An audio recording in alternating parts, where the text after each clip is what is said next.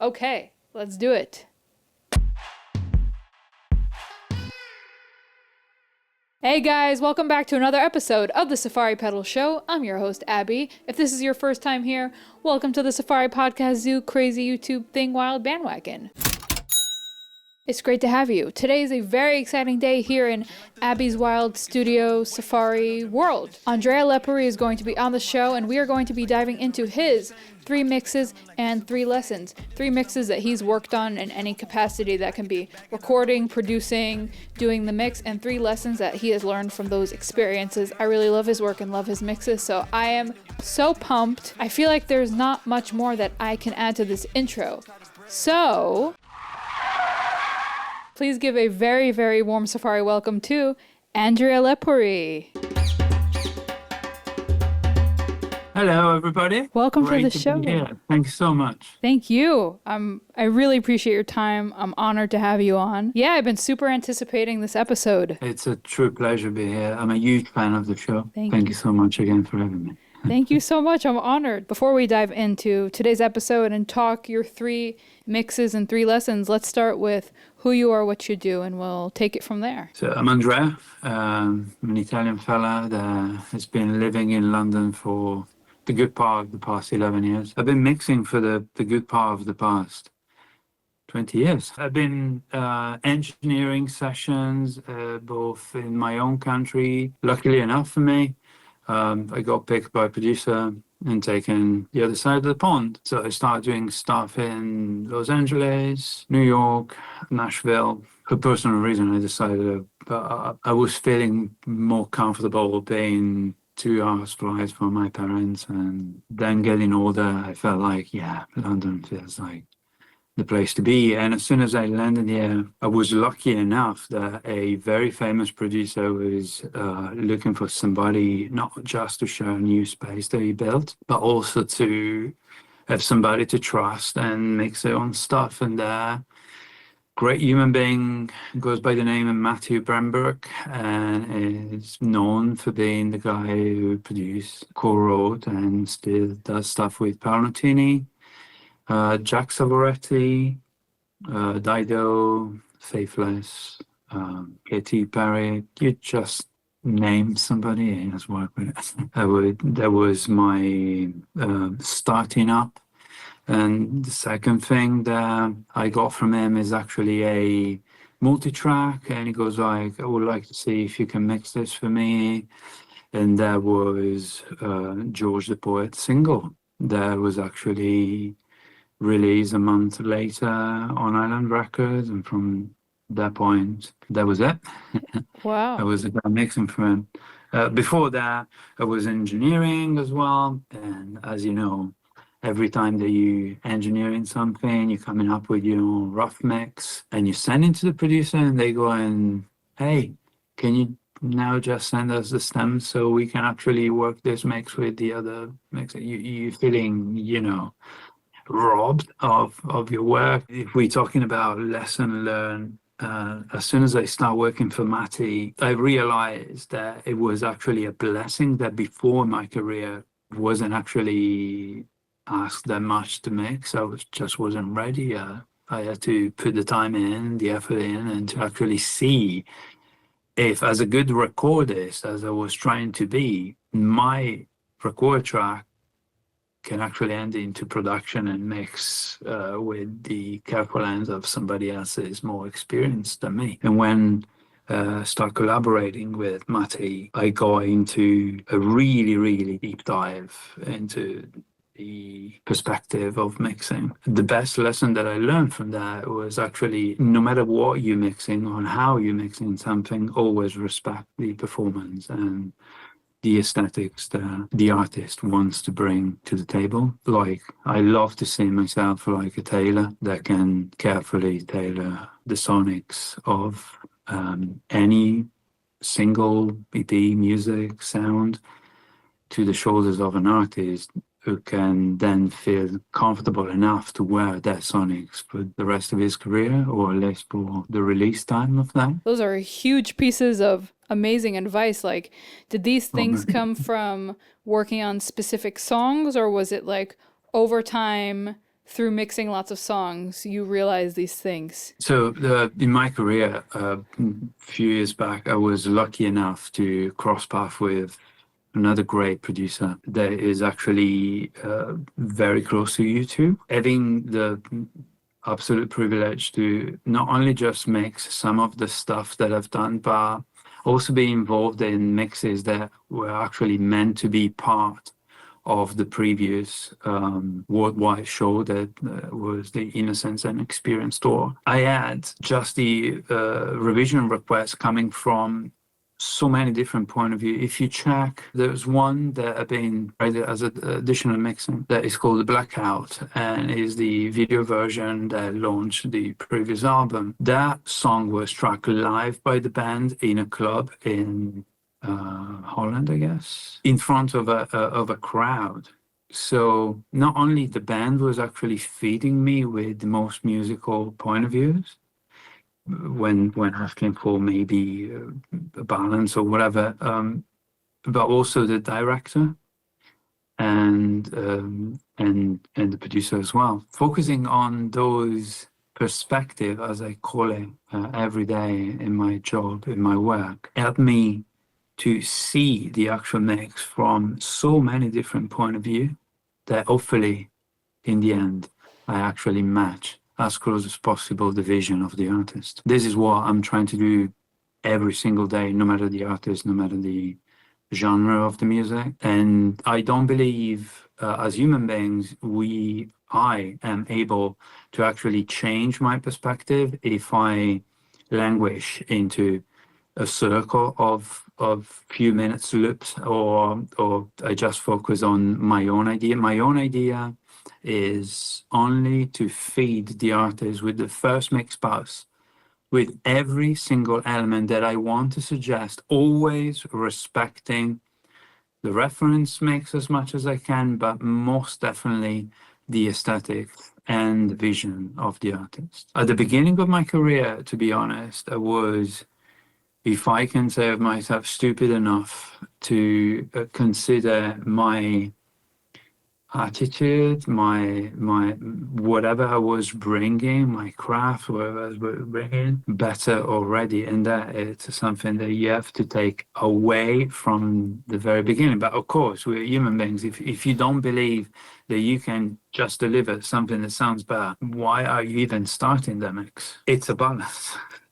Sorry, there's no pun intended, but it's a balance in between what we can bring and how we can bring it. It ain't the compressor that you pick in or the plugin that you pick in, it's the fashion in which you're using it that makes the difference. It ain't the gear that you're having, is what you're feeding into the gear that makes more sense. And that's why I spend so much time also, not just in the balance in between my ego, basically, that I have to take completely off whatever I'm delivering, and serving the vision of the artist, but it's also the balance that I try to achieve more often than not, just with faders or static moves, as I call it. Talking about the mixes that you asked me, one of that I already mentioned, the YouTube thing. It's not just a mix, it's a number of mixes that I've been working on. They all taught me something. I remember spending a few hours to making my version of one path of one of those tracks that was actually being used for the shows, either the opening and the interlude of the shows. It's called Hold Me, Thrill Me, Kiss Me, Kill Me, the Gotham Experience. I was lucky enough to be mixing that. The lessons that I learned from that was what I talked about, always try to keep the perspective on as much as you can. Never focus on only your perspective, a narrow perspective, but always keeping yourself like bouncing in between angles, if that makes any sense. And with that, serving either the request for the tweaks or the objective, the vision. And I remember, as I say, working on some of them tracks and working my way really hard to maybe spread them a little bit more, if you know what I mean, like mid-side techniques on the EQ, or a little bit of sending some elements a little late on one speakers to feed, then and cross feed then into the other speaker. So it felt like, yeah, a bit bigger, if you will. And then having one of the guys involved going like, I love them all, but on them backing vocals, can we keep them all intimate? And I remember thinking, how could I miss that? And I went just again, and that was several years into my career. I went for something, and I was so into it that I lost touch with something else that was actually very important to them. So that was one of the biggest lessons that I learned from that. That's such a significant thing, especially because this show is centered around starting out. To hear from someone established and experienced that's worked on such big records to say, I ran into this issue in the beginning of my career of not necessarily respecting the aesthetic, just like skip over that if you can. So I'm definitely going to take that as a thing to be conscious about. So I really, really love that. The beauty of this work is actually focusing on something as much as you can for me, for the shortest period of time possible. So as soon as you take that, I'm Italian, coffee break, you're coming back to the speaker, the headphones or whatever, with already a different perspective, because you allow few minutes or several minutes to reset a little bit of that, and so the beauty of actually having a system in which I mix every day that never becomes a routine. That is actually another great lessons that I learned. Actually co-producing a track with Matty Bamberg for an artist called Toby Sebastian, and the track is called Real Kicks. I've been already, at that point, I was already mixing his previous, engineering and mixing his previous EP, a bunch of singles, and we had the opportunity to take the entire band, with Matty being both the producer and the bass player, into Rock Studios in London, Studio 2. Again, sorry if maybe it's nothing new, but it's from a new perspective. Embracing the aesthetics that they want to deliver from the very beginning, picking the right studio for it. And the aesthetic was like having a song for Toby that wasn't overproduced, but it was actually played live in a studio, like back in the 70s. And what is a better place than Rock Studio 2 that features the 1976, if I don't mistake the year, API console that still sounds so good. Also, for I don't remember what type of reason, but I'm known around for being the guy that really delivers when embracing not just the aesthetics, but also the musical spill. Every time that a band I can name just released, the band that I produced, Sedelia, with the latest album, latest single, sorry, Out of Shape. In both cases, Real Kicks by Toby Sebastian and Sedelia, we tracked all live, to the point that Toby actually was singing in front of the drum kit. I use basically what I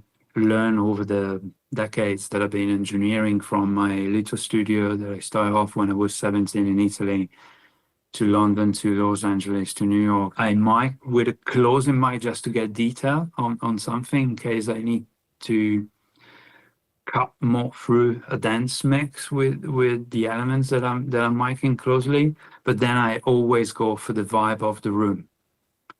I can use microphone that were meant to be the tallback microphone of the drummer and the guitarist in that case, but I also throw mics around, never facing any particular direction, so you don't have phase issues more often than not, and then throwing them into the gear that I want to commit to for the mixing stages.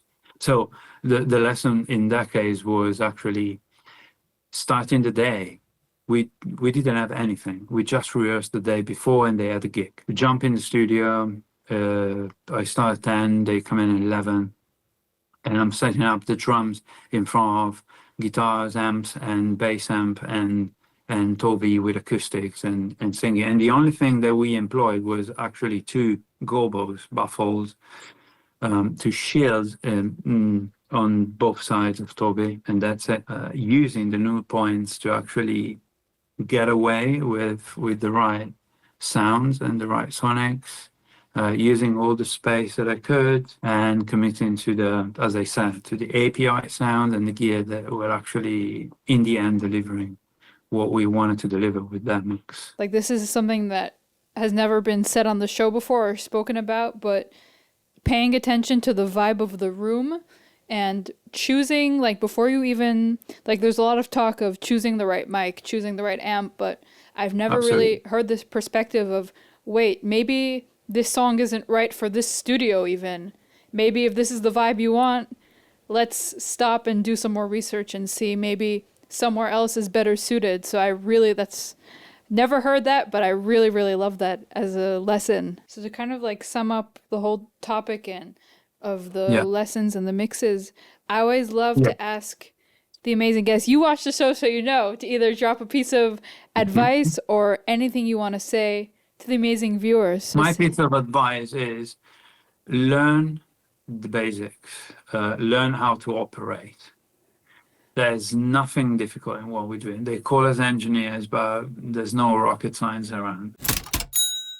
For anything that comes in terms of an input signal, there will be multiple ways to go out. So learn the basics and implement a very simple setup so you can actually deliver the most musical balance ever. Because at the end of the day, it all comes down to a balance, what we do. No matter you're achieving with millions of plugins or just moving the fader, but starting from moving the faders is what I rely on the most. That's a great piece of advice. Guys, you heard it here first. Thank you so much, Andrea, for being on the show. It's been an absolute honor to be here. Oh, it's been an honor to have you on. I learned so much. I'm so pumped for this episode. Guys, I'm going to link all of Andrea's social media links below. You'll know where to find him. We'll make it easy. Put everything in the description. And yeah, I just really appreciate your time.